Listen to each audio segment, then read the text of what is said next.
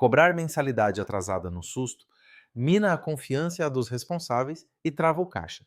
E nesse vídeo a gente vai falar sobre como o improviso na cobrança atrasa tudo na escola particular.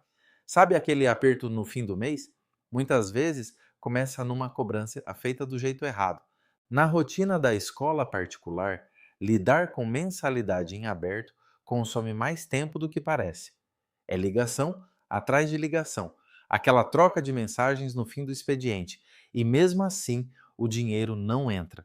A equipe tenta dar conta, mas a cobrança vira um desgaste com as famílias e acaba tirando o foco do que realmente importa ali na escola.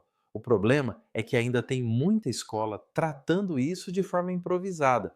A cobrança fica dividida entre secretaria, coordenação, às vezes até alguém da diretoria manda recado. Cada um fala de um jeito, em horários diferentes, sem nenhum critério. E isso, sem perceber, atrapalha a imagem da própria escola. Mesmo quando a intenção é boa, a comunicação vira uma bagunça. Os pais ficam confusos, alguns até se sentem expostos ou cobrados de forma agressiva. Outros simplesmente ignoram as mensagens porque não sabem mais quem está falando por quem. Pior, a escola começa a ser vista como desorganizada, o que afeta até a confiança na proposta pedagógica.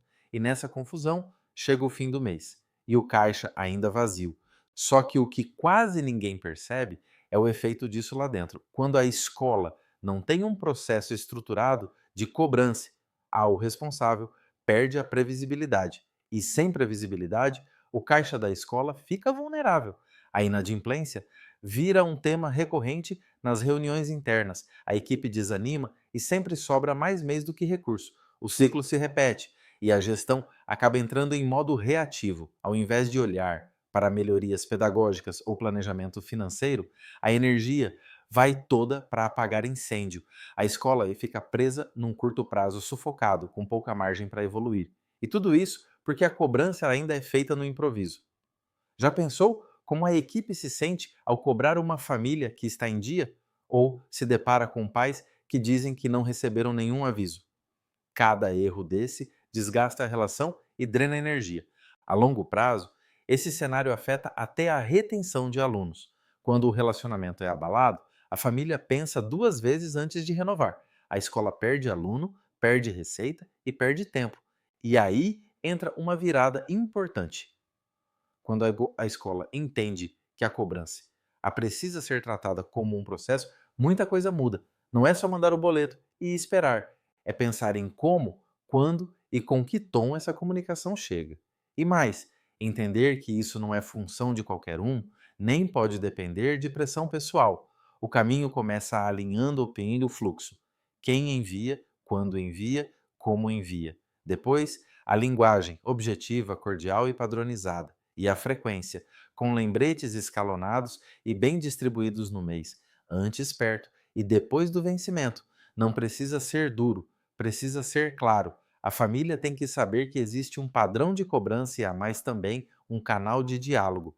Isso sinaliza profissionalismo e acolhimento ao mesmo tempo. Vamos imaginar uma escola que fez essa virada.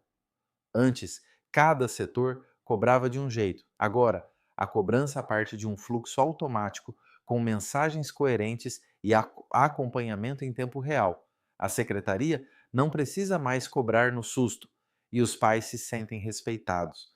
Nesse novo cenário, a equipe tem mais tempo, o caixa estabiliza e as relações com as famílias se fortalecem. A cobrança deixa de ser um ponto de atrito e vira uma prática de cuidado contínuo com a sustentabilidade da escola.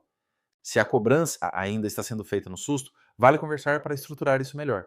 A Doura Soft Assinaturas pode apoiar sua escola na organização da cobrança de mensalidades escolares e ampliar seus resultados.